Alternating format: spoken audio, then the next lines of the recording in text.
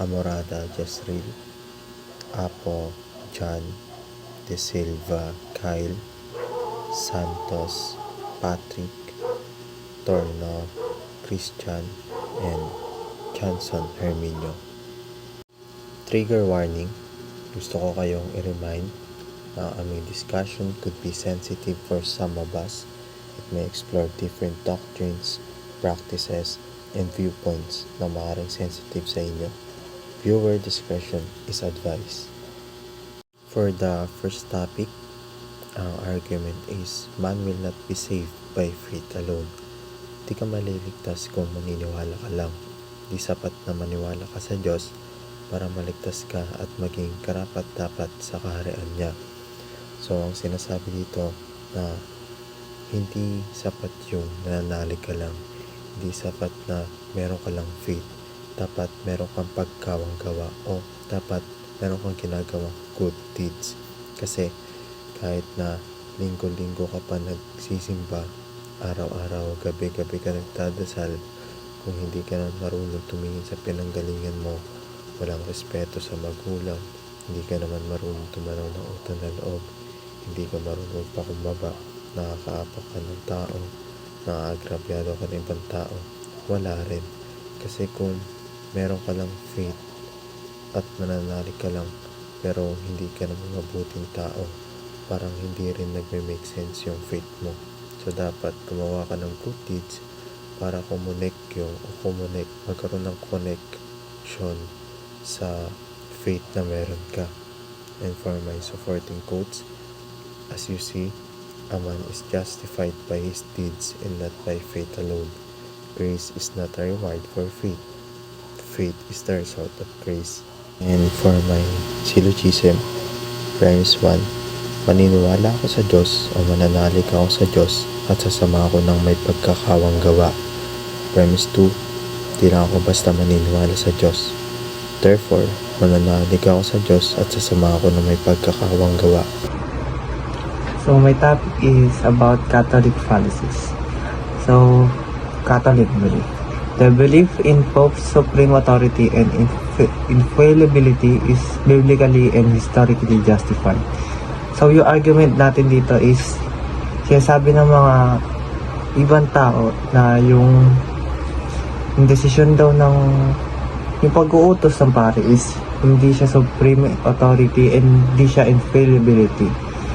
So ang counter-argument natin is the belief in the Pope's supreme authority and the infallibility is considered a fallacy based on their interpretation of the Bible. Protestants argue that Christ alone is the head of the church and that there is no biblical basis for a centralized earthly authority. So sinasabi ng counter-argument natin is si Christ lang daw ang leader at may supreme authority sa ating lahat. And yung mga pari natin is para mga guide lang, para turuan tayo sa salita ng Diyos at i-guide tayo sa ginagamit sila ni Lord para i-guide tayo. Tapos ang supporting Bible verse ko dyan is Matthew 23 verse 9. And do not call anyone on earth Father, for you have one Father and He is in heaven. So yun na. So ang sa aking syllogism naman is premise 1. If the Bible teaches that no single earthly person holds supreme authority over the church, then the belief in Pope's supreme authority is a fallacy. Premise 2. The Bible teaches that no single earthly person holds the supreme authority over the church. So our conclusion is, therefore, the belief in the Pope's supreme authority is a fallacy. So, yun lang. Thank you po. Next reporter. So good day everyone. This topic is about Muslim fallacies. Trigger warning, the following discussions involve theological concept related to the rejections of the concept of divine sonship in Islamic monotheism. This may be sensitive topic for individual with personal or emotional connections to discussions about religious belief. So please proceed with cautions and prioritize your well-being while engaging in this kind of conversations. So, ang argument ko dito, no, o yung tinatakil ko dito, no, kagaya ng sinasabi ko, Muslim policies. So, unang-una nakikita ko dun sa religion ng Muslim or Islam is mas naniniwala sila na yung Panginoon ay walang anak. Vice versa in the Catholic belief or religions na talagang merong anak may merong anak yung Panginoon na si Jesus Christ. Ayan. So, naghanap ako ng mga supporting evidence to concrete this kind of argument. So, nagbasa ako ng ilang mga Bible verse. So, at nakita ko yung mga nakalagay dun sa Bible, no? Mas naniniwala kasi ako na kung ano yung nakalagay sa Bible, ito yung totoong nangyari. So, tinatanong nila bakit ba naniniwala ako sa Bible, sulat lang naman ng tao ito, no? Bakit, ano yung patunay ko, no? Siyempre, ang akin lang din, no, bakit ako naniniwala, sinasabi kasi nila sulat lang ito ng tao. Siyempre, ginawa ito ng Panginoon para sa tao, kaya tao rin yung nagsulat. So, kasi baka mamaya ginawa ng Panginoon to, so mamaya hindi maintindihan ng tao. No? O di kaya ginawa ito ng hayop, hindi tao yung magbabasa, so baka hindi maintindihan, di ba? Kaya tao ang nagsulat kasi para ito sa tao. Kaya mas naniniwala ako kung ano man yung nilalaman ng mga Bible o Biblia na ito ay makatotohanan. So sa Galatia 4 verse 8, gayon man ang panahong yaon, sa hindi ninyo pagkakilala sa Diyos, kayo'y nasa pagkaalipin ng sa katutubo ay hindi sa mga Diyos. Ibig sabihin kapag hindi mo kilala yung tunay na Diyos o tunay na Panginoon, ibig sabihin kayo'y parang nagsasamba sa mga katutubo lang, no? Na parang hindi totoo yung sinasamba niyo, hindi talaga yun yung Diyos. Kaya dapat alam din natin kung ano ba talaga, parang halimbawa alam natin yung history niya, alam natin kung may family ba siya, alam natin yung pinanggalingan niya at bakit niya ginagawa ito. No, ibig sabihin daw po dapat alam natin kung sino talaga yung Panginoon. So, naghanap pa ako ng ibang supporting documents kung sino ba talaga yung Panginoon, may anak ba siya o wala. So may mga Bible verse akong nabasa. Unang-una dito is yung 1:3 verse 16, sapagkat yaon na lamang ang pagsinta ng Diyos sa sanlibutan at ibinigay niya ang kanyang bugtong na anak upang ang sinumang sa kanya ay sumampalataya ay huwag mamamatay kundi magkaroon ng buhay na walang hanggan. So napakalinaw dito sa 1:3 verse 16, no, na talagang may anak yung Panginoon, no. Ito yung pagkakilala natin sa kanya. Ibig sabihin ito yung tama. Ito yung Diyos kasi meron siyang anak. Siya mismo nagsabi na yung Bible mismo nagsabi na siya meron siyang bugtong na anak, 'di ba? So napakalinaw. At ito pa.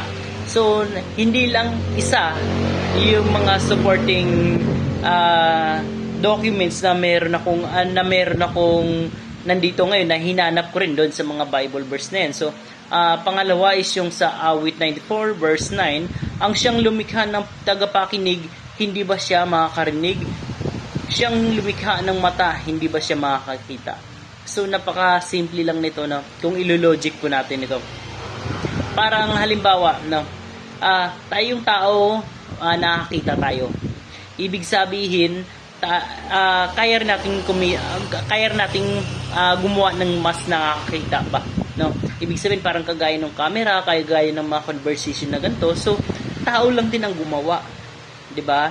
Ibig sabihin tayo gumawa na kaya nating makarinig, ibig sabihin kaya rin nating gumawa ng mga tagarinig. What I mean is mga speaker, audio, so kaya ng tao 'yan. So what if si Jesucristo, hindi niya ba kayang gumawa ng bahay sinapupunan? Kaya niya. Kasi bakit ko sinasabi to, no? Bakit naka-involve tong verse na ito? Kasi, ang paliwanag po kasi ng mga Muslim at bakit walang anak yung Panginoon. Kasi sabi nila, yung kambing ba, pagka nanganak, ano yung anak niya? Siyempre, kambing. Pagka ang kabayo ba, mga anak, siyempre, kabayo rin yung anak niya. Kapag ang tao ba manganak, ano yung anak niya? Siyempre tao din. So, dahil si Mama Mary ay tao, So therefore, yung anak niya no na si Jesucristo ay tao rin daw at isang propeta lamang. Yun yung paniniwala ng mga Muslim. At walang anak yung Panginoon. Kaya ganun na lang din yung paniniwala nila o yung belief nila pagdating doon sa kultura o relihiyon ng mga Muslim, no.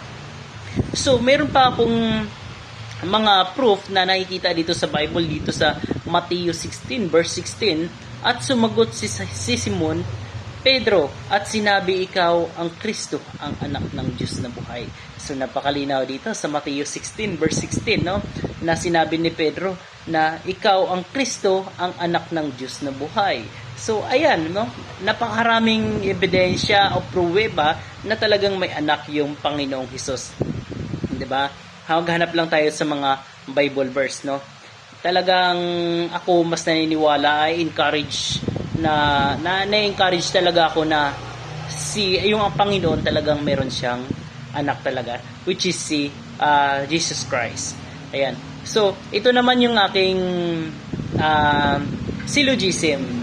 So, major premises ko, Islamic belief assert the absolute oneness of Allah and reject the idea of God having a son. So, minor premise ko, Christian doctrine include the concept of the Trinity, where Jesus is considered the divine sons of God with the Godhead. And yung conclusions ko, no, therefore, contradictions exist between Islamic monotheism and the rejections of divine sonship in the Christian belief in the Trinity, in the divinity of Jesus as a son of God, showcasing theological disparities on the natures of God and divine sonship between Islamic and Christianity. So, yun po yung syllogism ko.